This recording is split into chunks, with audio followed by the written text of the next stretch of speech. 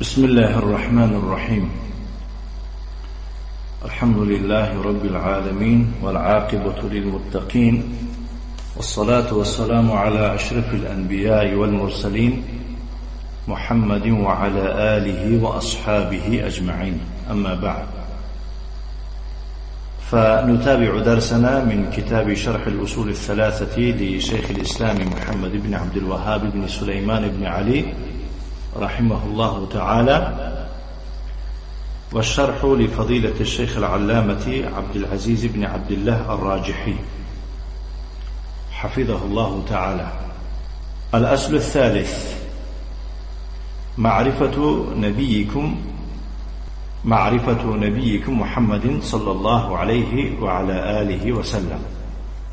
يعني أصل سيوم أصل این شناختن پیغمبرتان محمد صلی الله علیه و علی آله و سلم است. اصل یکم شناختن الله حق سبحانه و تعالی است، اصل دوم شناختن دین اسلام، و اصل سوم شناختن پیغمبر صلی الله علیه و علی آله و سلم است. و هو محمد بن عبد الله بن عبد المطلب بن هاشم، و همان پیغمبر شما محمد صلی الله علیه و آله و سلم پسر عبدالله، پسر عبدالمطلب، پسر هاشم است. و هاشم من قریش، هاشم از قریش است، و قریش من العرب، و قریش از عرب است. و العرب من ذریة اسماعیل بن ابراهیم خلیل علیه و علی نبینا افضل الصلاة والسلام. و عرب باشد از ذریت، یعنی از فرزندان اسماعیل پسر ابراهیم خلیل، به او و به پیغمبر ما از همه بهترین و بزرگترین صلات و سلام باد. و له من العمر 63 سنه، و برای او پیغمبر صلی الله علیه و آله و سلم از حیات 63 سال بود. منها 40 قبل النبوه، از جمله 40 سال پیش از پیغمبری بود. و 23 نبیا و رسولا، و به مدتی 23 سال هم پیغمبر و هم رسول شد. نبئ بقرأ، به سبب نزول اقرأ پیغمبر شد. و ارسل بالمدثر، و به سبب نزول یعنی که المدثر سوره مدثر رسول شد. و بلده مکه، و کشور او مکه است. و هاجر بادشاه خطا است. و هاجر الى المدینه، و به مدینه هجرت کرد. بعثه الله بالنذاره عن الشرك و يدعو الى التوحید. الله سبحانه و تعالی او را مبعوث گردانید با چی؟ با بیم کنانیدن از شرک، یعنی که مردم از شرک بیم کناند، باز دارد، ترساند و ایشان را فراخواند به توحید. و دلیل قوله تعالی، دلیل سخن او تعالی است، می فرماید یا ایها المدثر، ای آن کسی که به جامه پیچانیده شده است. قم فانذر، و معنی قم فانذر ای ینذر عن الشرک، بخیز، برخیز و بیم کنان، یعنی بیم میکناند از شرک. و یدعو الى التوحید، به توحید دعوت میکند. و ربک فکبر ای عظمه بالتوحید، تعظیم پروردگارت را به جای آر به سبب توحید. و ثيابك فطهر ای طهر اعمالك عن الشرك، عملهای خود را از شرک تازه بکن. و الرجز فهجر ای از الرجز الاصنام، مراد از رجز این بت هاست. و هجران بت ها یعنی ترک بت ها و ترک اهل آن هاست. و البراءة منها، و بیزار شدن است از بت ها و اهلها، و از اهل اونها بیزار شدن را چی میگویم؟ هجران میگویم. ولا تمنن تستكثر، یعنی منت نکن در وقت دادن یگان چیز به سبب آنکه با بسیارش را چی دریابی، یعنی یک چیز میدهی که به مقصد آنکه از این با بسیارش را به دست آرد، این خیل منت میگویند. ولی ربک فاصبر، و به خاطر پروردگارت صبر بکن. اخذ على هذا 10 سنین يدعو الى التوحید، و به همین منوال و به همین اسلوب 10 سال و توحید چیکار کرد؟ دعوت کرد. شارح چنین می‌فرماید هذا الاصل الثالث من الأصول الثلاثة التي يجب على كل مسلم معرفتها والعمل بها والدعوة إليها والصبر على الأذى الذي يناله. این سیوم اصل است از سه اصل که واجب است به هر فرد مسلمان دانستن آن و طبق آن عمل کردن و به سوی آن دعوت کردن و صبر کردن در تمام اذیتی که دچار میشود. والإنسان يسأل في القبر عن معرفة نبينا محمد صلى الله عليه وعلى آله وسلم. انسان سؤالش میکنن، میپرسن او را در قبرش درباره شناختن پیغمبر ما محمد صلی الله علیه و آله و سلم و هو محمد بن عبد الله بن عبد المطلب. و محمد پسر عبدالله پسر عبد المطلب است. و محمد له اسماء كثيرة صلى الله عليه وعلى آله وسلم. و محمد صلی الله علیه و آله و سلم دارای نامهای برزیادی است. محمد و احمد و الماحی، دیگر از نامهاش ماحی است. الذي يمحو الله به الشرك. ماحی آن ذات را میگن که الله سبحانه و تعالی به سبب وی شرک را نیست و نابود میکند.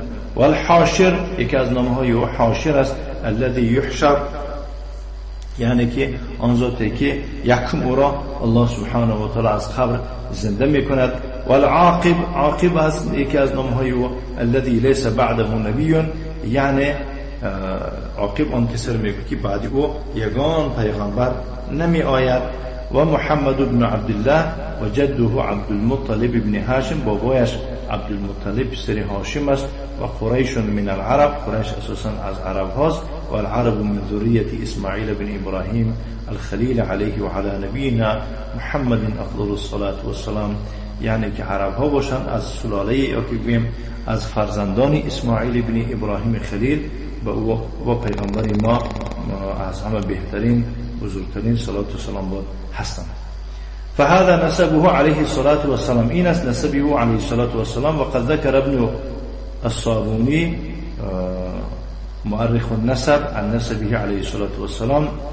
و ذکر کرد کی ذکر کرد؟ ابن الصابونی که تاریخ شناسی یا که بگیم مؤرخی نسب می باشد، از نسب او پیغمبر علیه الصلاة والسلام حساب کرد یا که شمار کرد. و ذکره الى معد الى عدنان، یعنی از معد سر کرده تا، یعنی که نسب پیغمبر علیه الصلاة والسلام ذکر کرد تا معد و تا عدنان. هذا متفق علیه، تا همین جره، یعنی که اتفاق است بین علما. و هناك اجداد مختلف فيه، و در آنجا به دیگر میشد جد باباهایی دارد که در حق آنها اختلاف است. 5 او 6 اجداد که مثلا 5 یا که 6 بابایی و اختلاف است. و هم بین عدنان و اسماعیل که مثلا میان عدنان تا اسماعیل اختلاف است. مع اتفاقهم انهم من ذریه اسماعیل، یعنی متفق هستند که همون گرچنده که 5 بابا یا که 6 بابایی که اختلاف است، با وجود اختلاف بودنشون لیکن متفق هستند که ویها از ذریه اسماعیل علیه السلام هستند که وی پسر ابراهیم خلیل است، به هر دو صلوات و سلام باد. فنسبه الشریف معروف، یعنی نسب بزرگ پیغمبر علیه السلام معروف است. و قریش قبیله معروفه، قریش قبیله عنیق است. و هو نبی هاشمی مطلبی، و پیغمبری هاشمی و مطلبی است. و هاشم من قریش، هاشم از قریش است. و قریش من اشرف القبائل، قریش از همه مشرفترین و آبروترین قبیله هاست. من ذریه اسماعیل علیه السلام، از ذریه اسماعیل علیه السلام است. لأن اسماعیل الاب الثانی والاب الاول ابراهیم علیه السلام، زیرا که اسماعیل این پدر دوم است که پدر یکم ابراهیم علیه السلام است. و قبلهما نوح، از این دو کس پیش نوح بود. و قبلهم آدم، از اینها پیش آدم بود. و آدم هو ابو البشر، آدم باشد این پدری بشریت است. ثم نوح الاب الثانی، بعد از آن نوح باشد این پدری دوم است. حمل معه في السفينة من آمن وهو عدد قلیل، همراه خود در کشتی بار کرد کسانی که ایمان آوردند و ایشان عددی خیلی هم کم بودند. ثم نزلوا، بعد از آن منزل گرفتند. ولما نزلوا انقرضوا فبقي اولاد نوح، وقتی که یک جا قرار گرفتند از اولاد نوح اندکی یک قبیله ماند. الله سبحانه و تعالی میفرماید که وجعلنا ذریته هم الباقین، یعنی که دیگراش که نیست شدن و ذریت آن را ما چیکار کردیم، یعنی که همچون باقی برقرار گردانیدیم. سام و یافث و حام، یعنی ذریتی همون از مراد از آن که سام، یافث و حام. ثم بعد ذلك ابراهیم، بعد از آنها که ابراهیم آمد. کل کتاب انزله الله بعد ابراهیم فهو على نبی من ذریته، هر کتابی که الله حق سبحانه و تعالی بعد از ابراهیم نازل کرد و به پیغمبر از ذریتی همان بود. فرزق الله ابراهیم ابنین، الله سبحانه و تعالی به ابراهیم دو پسر را همچون روزی عطا بخشید. الابن الاول اسماعیل، فرزند یکم اسماعیل را، و امه هاجر که مادر او هاجر است. التي اخدمها ملك مصر، یعنی که همون که و کار فرما، یعنی که همچون خدمتگارش گرفته بود پادشاه مصر. فی ذلك، از در همون زمان. فانجبت، نعم، فانجبت اسماعیل فسرها ابراهیم، اعطاها صارت بنت عمة زوجه فولد اسماعیل. بس همین چی هاجر اسماعیل تولد کرد. فسرها ابراهیم اعطاها سارة بنت عمة زوجه، یعنی همین کرا هاجر عطا بخشید، یعنی بیم هدیه بخشید به ابراهیم.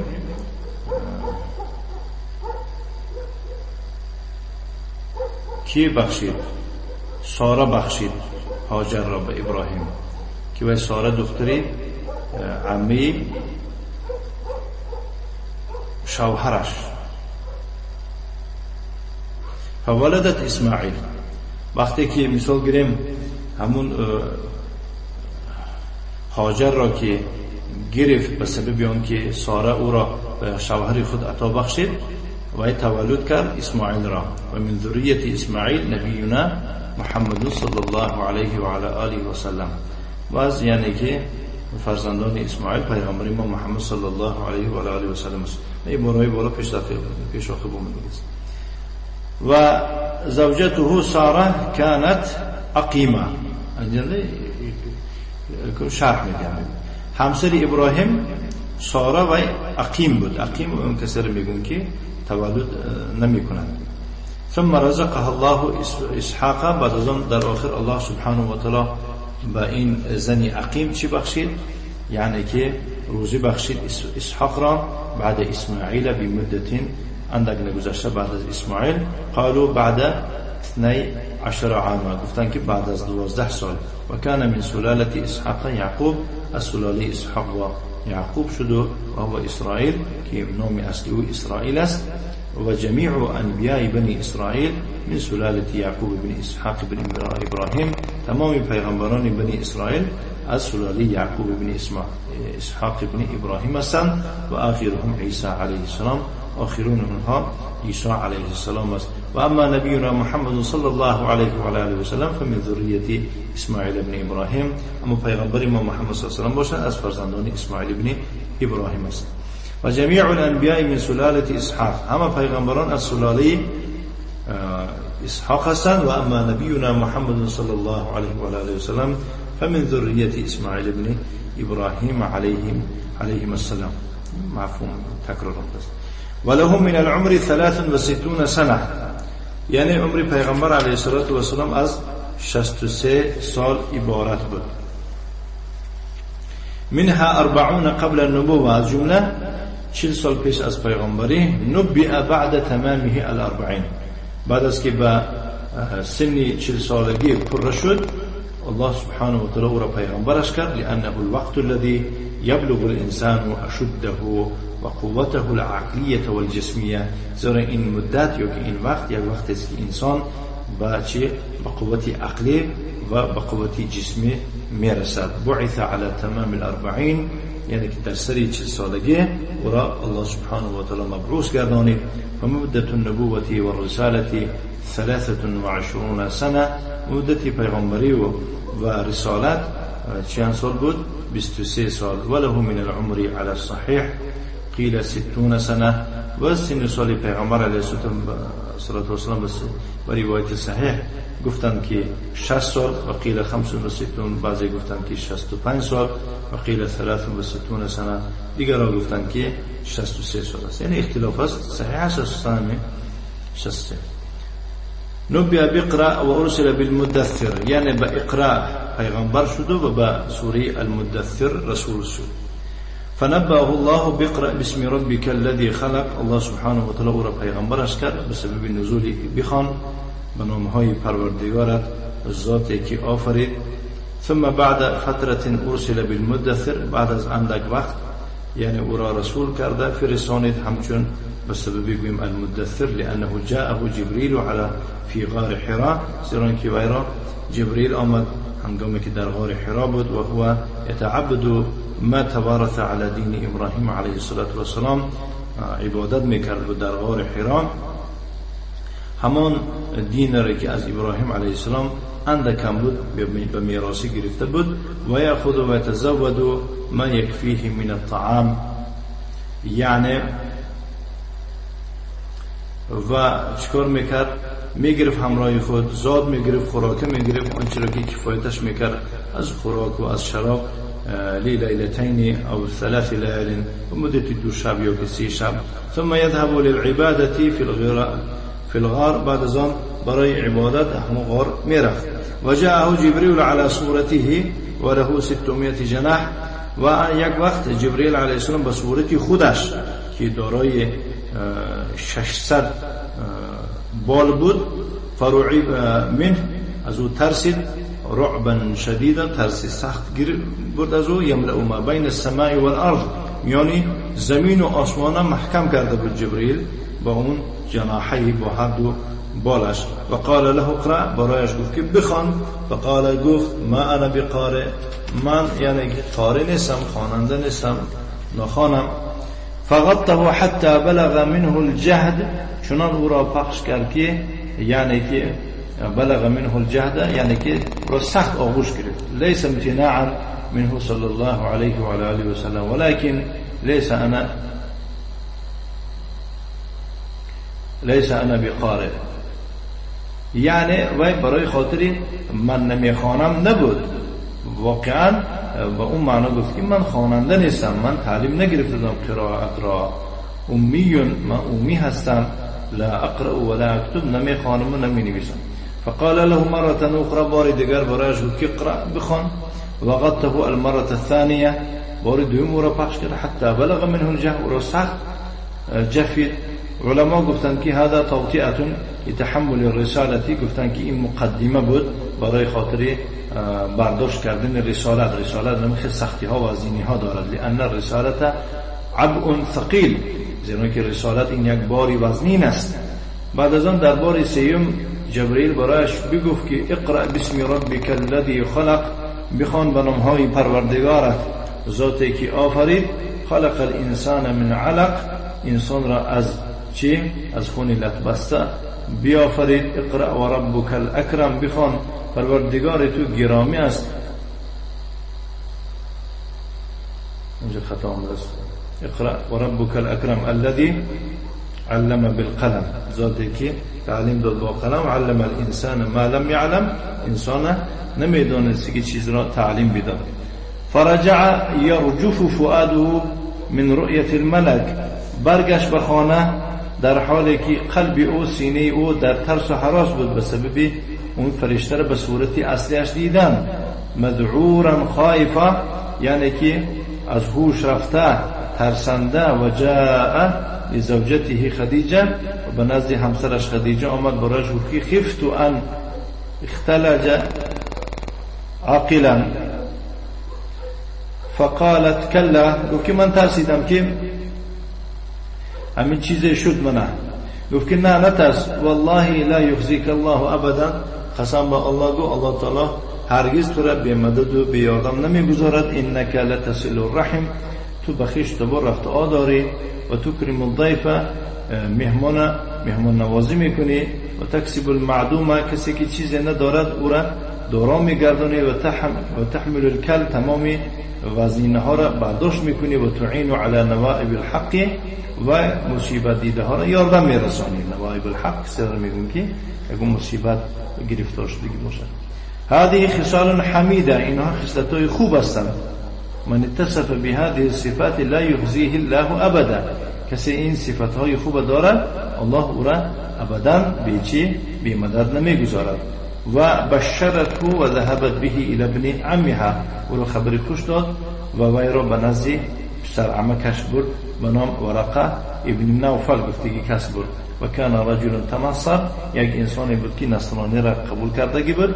و کان یقرأ الکتب العبرانیه، کتاب‌های به زبان عبرانی را می‌خواند.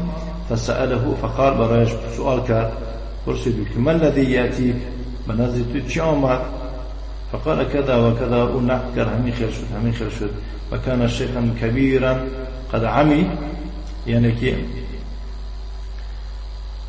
همون ورقه را گفته ایستاده است که یک موسفید خیلی هم کلانسال بود که کور شدگی بود، نابینا شدگی بود. فقال هذا الناموس الذي يأتي موسى، این همان ناموس است که به نزد موسی می آمده بود، یعنی که جبریل در نظر دارد. انک نبی هذه الامه، هر آینه تو پیغمبری همین امت هستی. یا لیتنی اکون جذعا حین یخرجک قومک، ای کاش که من جوان می بودم، زنده می ماندم و وقتی که قومت تو را برآورده به درغه می کرد. لانه شیخ کبیر قطع، زیرا که با یک موسفید خیلی هم کلانسال بود که قطعینه، خیلی هم در سن سال فرو رفتگی بود. پیغمبر علیه السلام در حیرت من گفت که او مخرجی هم، خب ایام من برآورده به درغه بکنن؟ قال نعم، گفت آره. لم یأتی احد بمثل ما اتیت به الا و اوذی، یگان کسی نیست که مثل تو آورده باشد و او آزار ندیده باشد. ثم توفی، بعد از آن یعنی اندکی نگذشته و چیکار کرد؟ وفات کرد. و جاء فی بعض الاحادیث ان النبی صلی الله علیه و آله و سلم بشره بالجنه، بعضی حدیث ها آمدگی است که پیغمبر علیه السلام او را بشارت به جنت کرده است. لانه اول من آمن به، زیرا که اولین کسی بود که او ایمان آوردگی بود. ثم بعد مدت قال دثرونی دثرونی زملونی زملونی، یعنی بعد از مدت پیغمبر علیه السلام گفت مرا پیچانید. زملونم اینم به همون معنی که به جامه پیچاندن و دیگره به هم تو به چی به دیگر کوپا و گوینبالی نمیخیدستا. جاءه الملک، فرشته به نزد آمد، گفت یا ایها المدثر، ای کسی که به جامه خود را پیچانیده ای، قم فانذر، برخیز و بیم کنان، و ربک فکبر، پروردگارت را چی به توحید یعنی که بزرگ دان. فصار رسولا فانذر الناس، رسول شد و مردم چیکار کرد؟ بیم کنانید. نعم. اقرأ بهذا النبي، به همین اقرأ چی شد؟ پیغمبر شد، صار نبی. ثم لما جاء یا ایها المدثر قم فانذر حذر الناس، مردم بیم کنان، صار رسولا، رسول شد. و بلده مکه علیه الصلاة والسلام، کشوری او علیه الصلاة والسلام مکه است، شهری. بعثه الله بالندارة عن الشرك، الله سبحانه و تعالی وی را فرستانید تا بیم کنان از شرک و یدعو الى التوحید، به توحید دعوت بکند. و ما اوجبه الله من الخصال الحمیده، دعوت بکند به آن چیزهایی که الله سبحانه و تعالی واجب قرار داده است، دیگر خصلت‌های پسندیده.